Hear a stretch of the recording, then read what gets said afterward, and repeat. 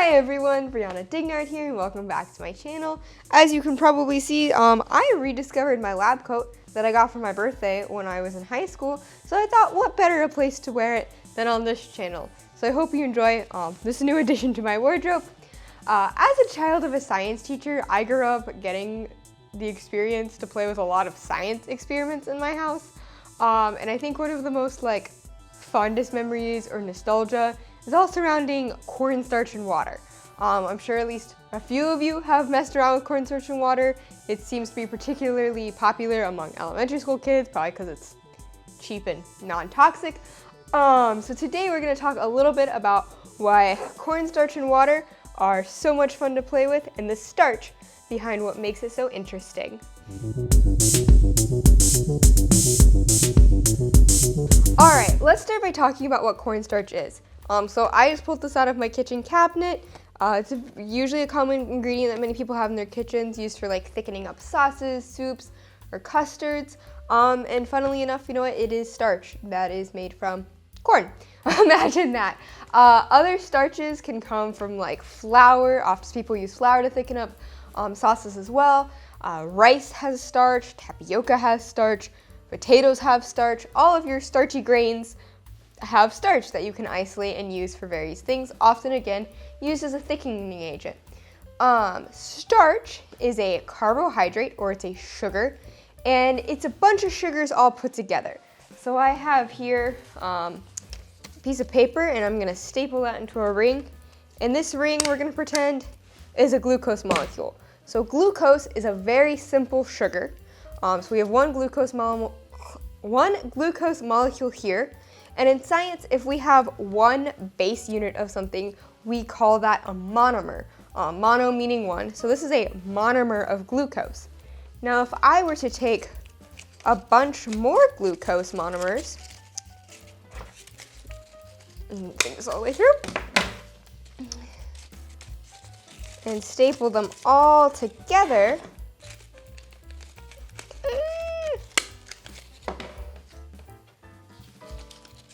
to form a chain, I then will have a chain of monomers. So we got a bunch of repeating units, which is called a polymer. Poly meaning many. So many monomers put together is a polymer. Starch, which I'm building right now, is a polymer. Slime is a polymer.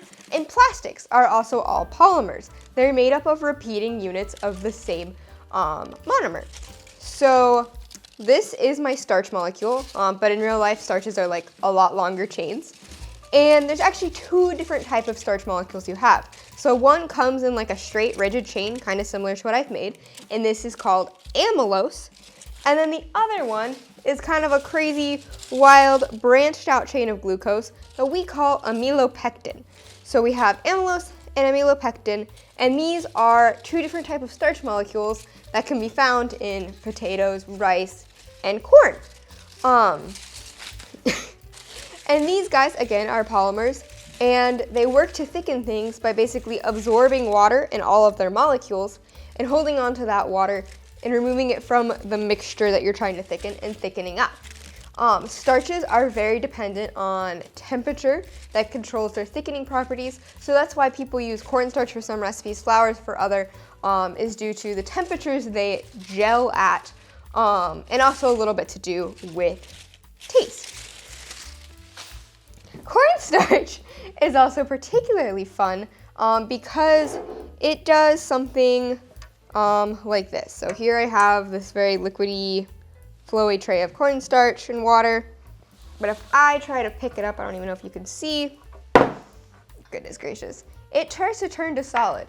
So if you can see, it's oozing in my hand and looks like it's melting, but if I squish it really hard, it gets solid again. I let it go, it oozes. I squish it, it gets solid again.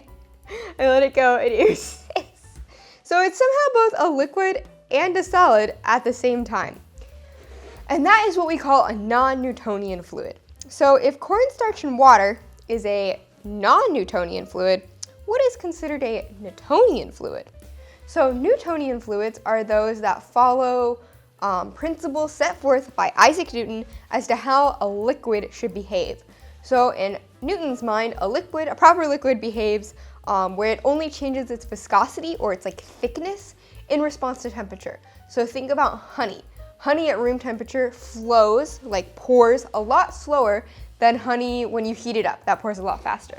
Or sorry, my left hand is now covered in cornstarch. I have this bottle of olive oil here at room temperature, which flows nice and easy. And I have this olive oil that I put in the freezer that was solid just a second ago and is now moving around very slowly because it got cold. The temperature changed, so how thick or how well the liquid poured changed. That's a Newtonian fluid. Now, a non-Newtonian fluid is something that changes its characteristics when it's under stress. So when I try to pick up the cornstarch or squeeze it, I apply a stress to it, it changes into a solid, and when I let that stress go, it goes back into a liquid. If you think about like water, if you were to punch water, it's not going to suddenly turn solid, it's still going to remain liquid because it's a Newtonian fluid. But non-Newtonian fluids change their viscosity when when stress is applied to them, like my cornstarch example here. It also just makes it really fun to play with. And in fact, if you get a big enough container of cornstarch and water, you can actually run across it if you go quickly enough. I hope you enjoyed today's video, learning a little bit more about cornstarch in your kitchen cupboards and how it can be way more fun outside of the kitchen and in the science lab. Today's fun fact that I want you to rate is that in addition to cornstarch and water, whipped cream is also a non-Newtonian fluid. It's a liquid, but when you apply stress to it in the form of whipping it, it turns into a solid. Be sure to rate that fun fact in the comments below. Thank you so much if you've already subscribed to my channel. If you haven't, please do subscribe. It really means a lot to me. Be sure to follow me on Instagram. I post here on every Tuesday and Friday. And be sure to keep it science-y. I don't even have a box of cornstarch, you fool. Gotta get a box of cornstarch.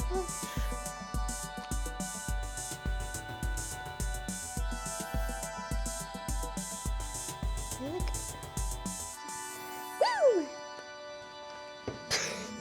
A science experiment that is actually way more fun science than I think most people think it is. Oh, I'm covered. Whoop. Go wash the hands.